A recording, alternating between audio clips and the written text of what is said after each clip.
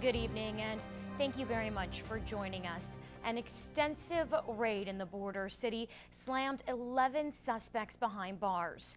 Tuesday night, police executed 3 separate search warrants in and around Lloydminster as a crackdown on a suspected organized crime group. As a result of the search warrants that were conducted, our members seized a significant amount of money, narcotics, and some weapons. One of those weapons was an AR-15 assault rifle.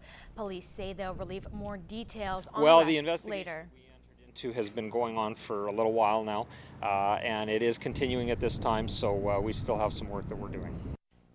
Lloydminster RCMP are asking anyone who may have information in relation to this case to contact police or Crime Stoppers.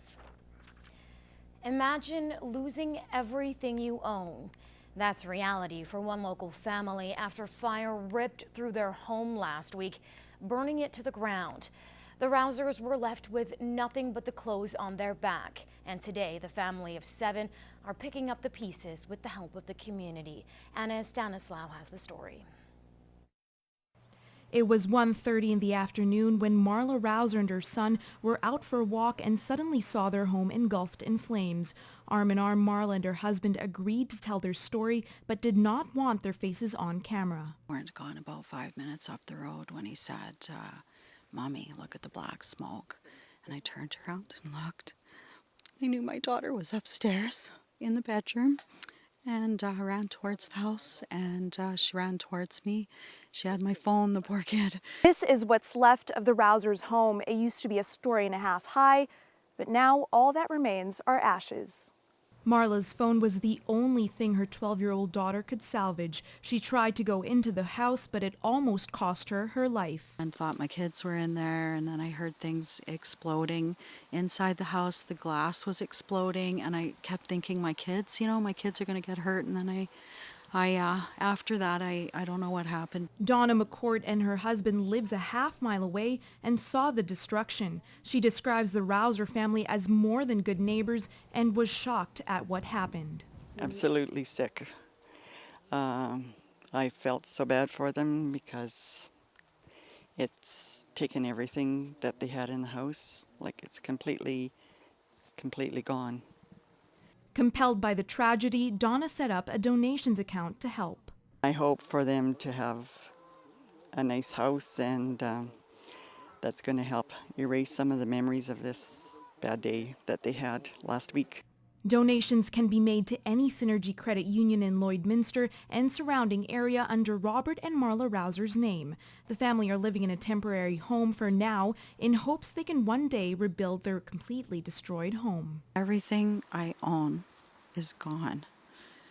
And I thought to myself, you know what? We got to start over, that it's going to be good. And I guess that's where I've been going ever since. I thought it was just awesome, just to know that people care and want to help, and that gives us a boost to keep on going. Despite their best efforts, fire crews could not determine the cause. Estanislao, Newcap News. Well, man's best friend can be anything but for Canada Post workers. Hundreds of dog attacks are reported every year, and this past Tuesday, a local letter carrier was the target, attacked by a dog loose on the street. Kelsey Bloxham has the story. Letter carriers are no stranger to the sound of barking dogs, and the sad reality is roughly 500 carriers are attacked by dogs each year. These attacks are disturbing, and obviously they result in physical and sometimes emotional injuries as well. We've had carriers who've been off work for a long time as a result of a dog. Some are fearful of dogs for the rest of their life. On Tuesday, a letter carrier like this one was attacked along 46th Avenue, ending up in the hospital, needing several stitches. We had to call in the police to help get the dog away. The carrier went to another residence to take some shelter, and then the police were called to come in and help out. Incidences like this one happen more often in the spring and summer after dogs have been cooped up during the winter months. And with kids out playing, fences can be left open.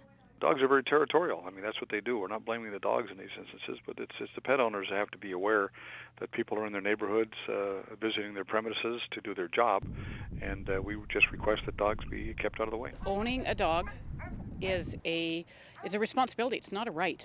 And when you're a dog owner, you have the responsibility to keep the community, the people in our community, and their property safe. And that did not happen in this case. The SPCA has a bite prevention program, educating owners and their pets, but Zimmerman says more can be done. The reality is, too, we need to update our animal control bylaws. There needs to be a vicious dog part to our animal control bylaw that has some teeth in it so that owners have to take responsibility for the actions of their pets. As for the carrier attacked earlier this week, she has yet to return back on the job. Kelsey Bloxham, Newcap News. Well, driving through Battleford is now a bit easier. Construction to twin a small section of Highway 4 is now complete, making the 4-kilometer stretch of road safer and easier to travel on. The $11.6 million project also included work on area drainage, utilities, and improvements to multiple highway intersections. Highway 4 sees traffic numbers upwards of 7,000 vehicles every day.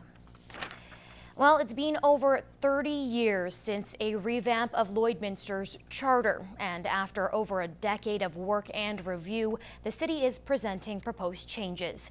Mike Baden tells us what the hopes are moving forward and when those changes will be put into place.